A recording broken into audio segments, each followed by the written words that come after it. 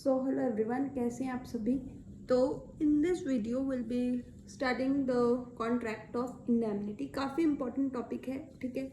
और बहुत सारे क्वेश्चंस एग्जाम में इससे आते भी हैं, ठीक है। तो बेशक वो बैंकिंग में हो आपका, मतलब बैंकिंग अवेयरनेस उसमें भी आता है, और जो हमारा जीए का सेक्शन है उसमें भी ये कवर होता है, और जो जेआईआईबी वाले आपके कोर्सेज हैं आफ्टर, मतलब जब जॉब लग जाती है उसके बाद भी आपका ये इंपॉर्टेंट रहने वाला है, ठीक है।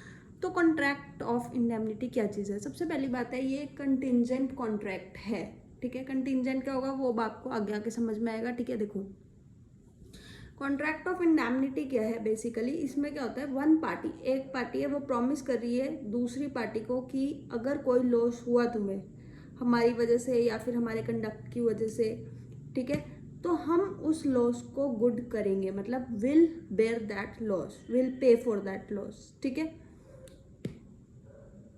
बट इसमें क्या है, जब कॉन्ट्रैक्ट ऑफ इंडेमनिटी है तो उसमें ये कंटिंजेंट कॉन्ट्रैक्ट है। कंटिंजेंट का मतलब क्या होता है, अगर लॉस होगा तभी वो पार्टी लायबल होगी, तभी उसकी लायबिलिटी अराइज होगी। तो मेन मुद्दा क्या है कि लॉस होना ज़रूरी है, ठीक है, इस केस में, ठीक है। तो इसेंस क्या है इंडेमनिटी का, कॉन्ट्रैक्ट ऑफ इंडेमनिटी का, कि जो एश्योर्ड है उसको प्रूव करना है that he have suffered a loss, ठीक है। तो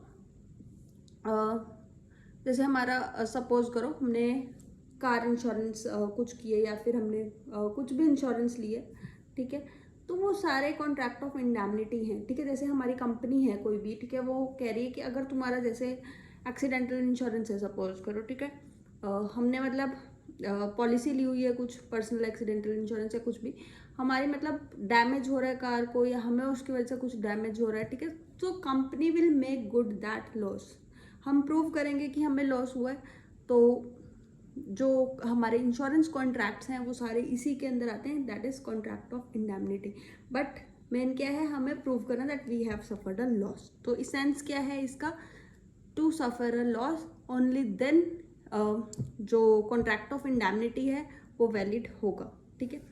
अब फॉर एग्जांपल हमने बोला कि ये इंश्योरेंस कॉन्ट्रैक्ट्स पर वैलिड है, लेकिन जो लाइफ इंश्योरेंस है उसको आप एक्सक्लूड कर दो। लाइफ इंश्योरेंस के जैसे अब किसी, सपोज करो किसी पर्सन की डेथ होगी, ठीक है, अब उस केस में क्या हम बंदे को वापस ला सकते हैं? वो लॉस तो कभी भी कवर नहीं हो सकता, ठीक है। तो life insurance is not a part of contract of indemnity, ठीक है, क्योंकि वो एक ऐसा लॉस है जो कभी भी कवर नहीं हो पाएगा, तो उसको हम इसमें कवर नहीं करते हैं लाइफ इंश्योरेंस को, ठीक है। जनरल इंश्योरेंस को हम इसमें कवर करते हैं, ठीक है। तो इंडेमनिटी का जो कॉन्ट्रैक्ट है उसमें दो पार्टीज होती है, एक होती है इंडेमनीफायर, ठीक है, और दूसरा होता है इंडेमनिटी होल्डर। जो ठीक है, इंडेमनीफायर कौन होता है, जो मतलब अगर हमें कुछ लॉस हो रहा है तो he will make good that loss, ठीक है। और इंडेमनिटी होल्डर क्या है, आप खुद, ठीक है, जिसने ले रखा है कुछ इंश्योरेंस, ठीक है। तो ये कॉन्ट्रैक्ट है इंडेमनीफायर और इंडेमनिटी होल्डर के बीच में। अब इसमें लाइबिलिटी किसकी है, इंडेमनीफायर की, ठीक है, क्योंकि अगर कुछ लॉस हुआ तो सारी लाइबिलिटी किसकी हो जाएगी, उनकी, ठीक है। हमें सपोज करो कुछ भी हो जाता है, ठीक है, कुछ भी, कुछ एक्सीडेंट हो गया या कुछ भी, ठीक है, तो जो लाइबिलिटी है वो हमारी किसकी होगी, इंडेमनीफायर की, ठीक है, क्योंकि इंडेमनीफायर ही वो लॉस को सही करेगा, he will make good that loss, ठीक है। तो लाइबिलिटी है वो प्राइमरी है इंडेमनीफायर की, ठीक है। और पर्पस क्या है कॉन्ट्रैक्ट ऑफ इंडेमनिटी का, रीइंबर्समेंट ऑफ लॉस, ताकि जो हमें लॉस हुआ उन सबके रीइंबर्समेंट हो पाए। तो अब ये नहीं है, देखो जैसे कि जो भी इंडेमनीफायर है, ठीक है, उसने मतलब लॉस जो भी हुआ था वो बेयर किया, लेकिन ये नहीं है उसको कहीं और से मिलेगा वो लॉस का पैसा, ठीक है, वो उसका खुद से जाएगा, लाइबिलिटी उसकी प्राइमरी है, ठीक है। तो ये समझ में आ गया।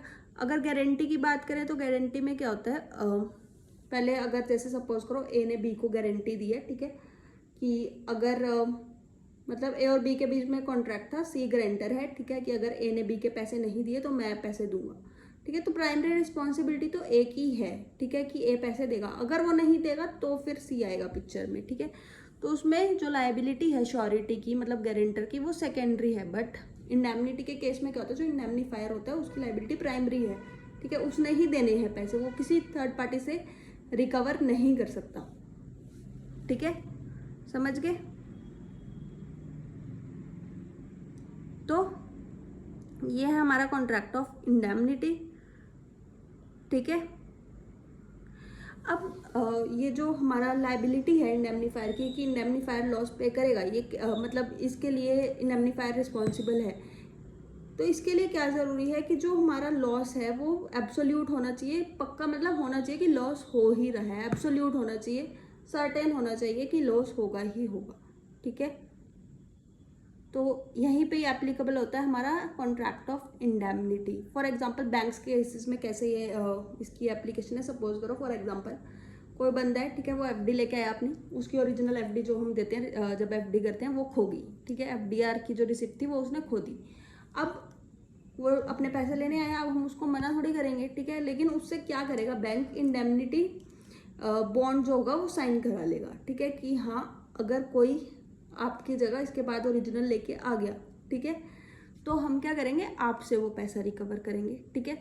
तो यहाँ पर बैंक्स के केस में यहाँ पर ये वैलिड हो जाता है application of indemnity contracts to banks. मतलब समझ गए ना, अगर जैसे एफडी, डुप्लीकेट एफडी हमने इशू की, ठीक है, उसने बंदे ने बोला कि मेरी ओरिजिनल वाली एफडी थी वो खो गई है बट अभी मुझे पैसों की नीड है, तो हम उसे इंडेमनिटी कॉन्ट्रैक्ट साइन कराएंगे कि अगर इन केस दूसरा बंदा ओरिजिनल लेके आ गया कोई और, ठीक है, तो हमें कौन देगा फिर पैसे, अल्टीमेटली हमें तो उसको देने पड़ेंगे, वो ओरिजिनल लेके आ रहे, तो you will make good that loss, ठीक है। तो ये होता है कॉन्ट्रैक्ट ऑफ इंडेमनिटी, ठीक है।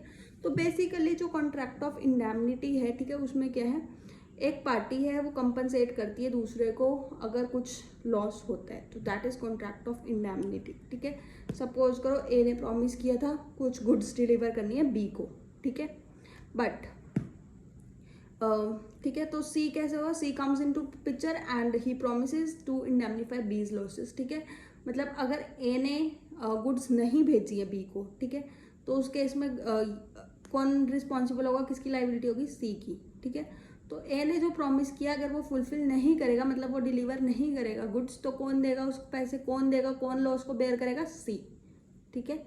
So guys this is contract of indemnity, काफ़ी इंपॉर्टेंट कंसेप्ट था, आई थिंक आपको समझ में आ गया होगा, ठीक है। अगर कुछ भी डाउट हो तो आप कमेंट सेक्शन में लिख सकते हैं, ऐसे ही अब काफ़ी सारी वीडियोस आएंगी, ठीक है, बैंकिंग अवेयरनेस के लिए जो भी इंपॉर्टेंट टॉपिक्स होंगे। So guys do hit the like button and subscribe the channel, मिलते हैं नेक्स्ट वीडियो में, till then take care and study hard.